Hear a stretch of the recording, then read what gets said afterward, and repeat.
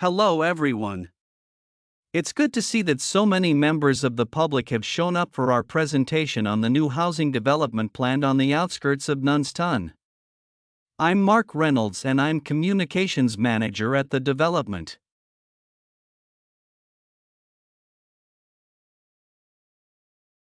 I'll start by giving you a brief overview of our plans for the development. So one thing I'm sure you'll want to know is why we've selected this particular site for a housing development.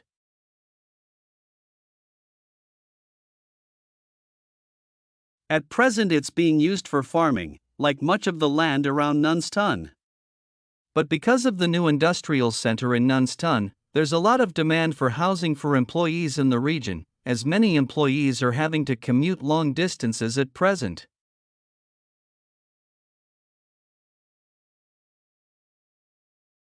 Of course, there's also the fact that we have an international airport just 20 minutes drive away, but although that's certainly convenient, it wasn't one of our major criteria for choosing the site.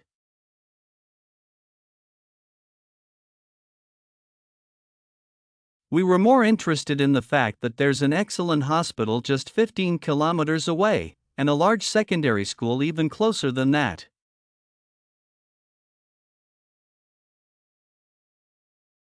One drawback to the site is that it's on quite a steep slope, but we've taken account of that in our planning, so it shouldn't be a major problem.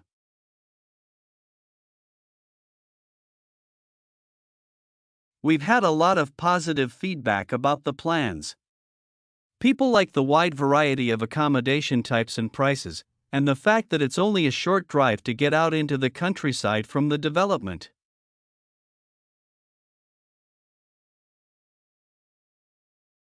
We were particularly pleased that so many people liked the designs for the layout of the development, with the majority of people saying it generally made a good impression and blended in well with the natural features of the landscape, with provision made for protecting trees and wildlife on the site.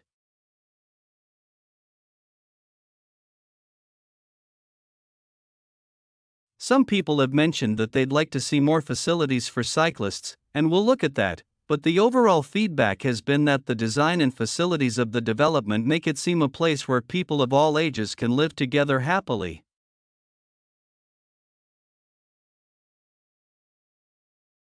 So I'll put a map of the proposed development up on the screen.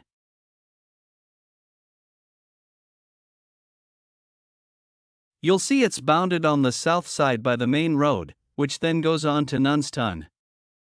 Another boundary is formed by London Road, on the western side of the development. Inside the development there'll be about 400 houses and 3 apartment blocks.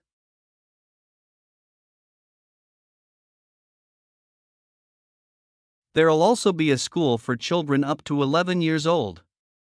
If you look at the south entrance at the bottom of the map, there's a road from there that goes right up through the development. The school will be on that road, at the corner of the second turning to the left.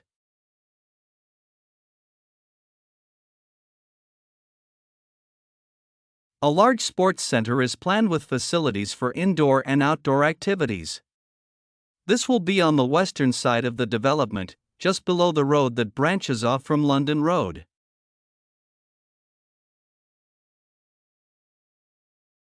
There'll be a clinic where residents can go if they have any health problems. Can you see the lake towards the top of the map? The clinic will be just below this, to the right of a street of houses.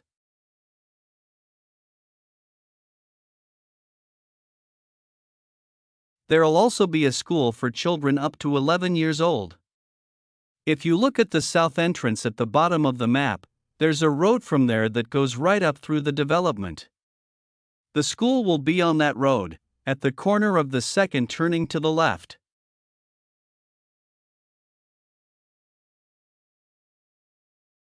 We haven't forgotten about shopping. There'll be a supermarket between the 2 entrances to the development. We're planning to leave the 3 large trees near London Road, and it'll be just to the south of these.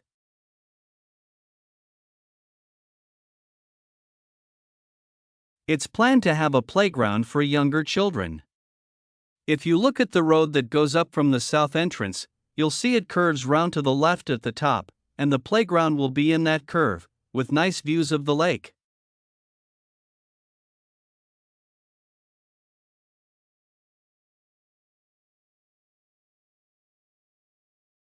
Good morning. Now, we've been asked to choose an aspect of European clothing or fashion and to talk about its development over time.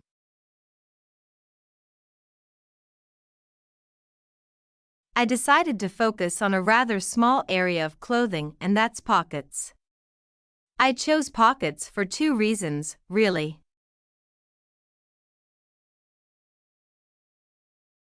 We all have them, in jeans, jackets, coats, for example, and even though we often carry bags or briefcases as well, nothing is quite as convenient as being able to pop your phone or credit card into your pocket.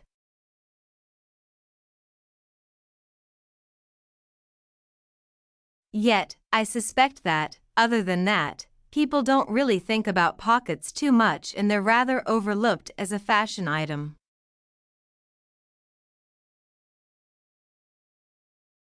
It's certainly very interesting to go back in time and see how pockets developed for men and women.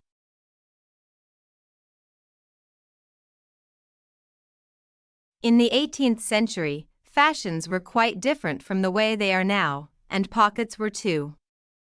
If we think about male fashion first, that was the time when suits became popular.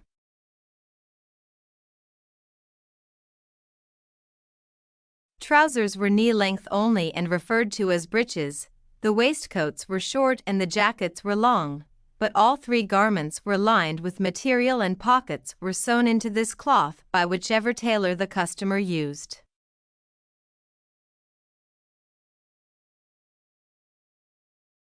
The wearer could then carry small objects such as pencils or coins on their person and reach them through a gap in the lining.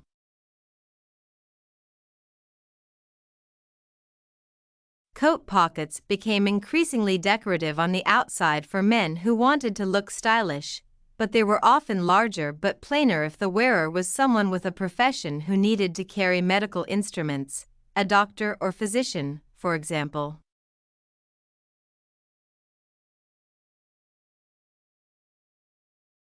The development of women's pockets was a little different. For one thing, they weren't nearly as visible or as easy to reach as men's.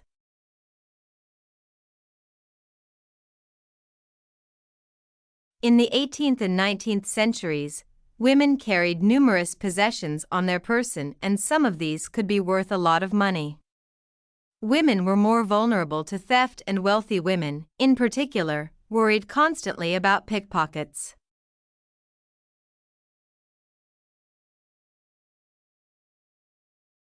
So, what they did was to have a pair of pockets made that were tied together with string. The pockets were made of fabric, which might be recycled cloth if the wearer had little money, or something more expensive, such as linen, sometimes featuring very delicate embroidery.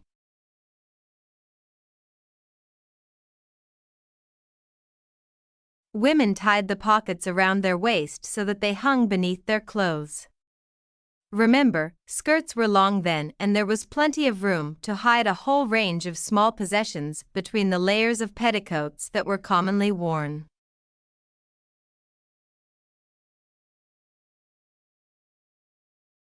They would have an opening in the folds of their skirts through which they could reach whatever they needed, like their perfume. Working women, of course, also needed to carry around items that they might use for whatever job or trade they were involved in, but their pairs of pockets still remained on the inside of their clothing, they just got bigger or longer, sometimes reaching down to their knees.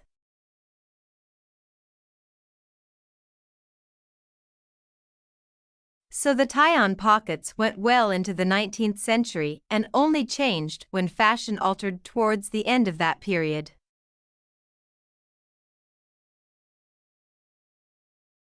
That's when dresses became tighter and less bulky, and the pairs of pockets became very noticeable. They stood out too much and detracted from the woman's image. Women who had been used to carrying around a range of personal possessions and still needed somewhere to carry these items about their person.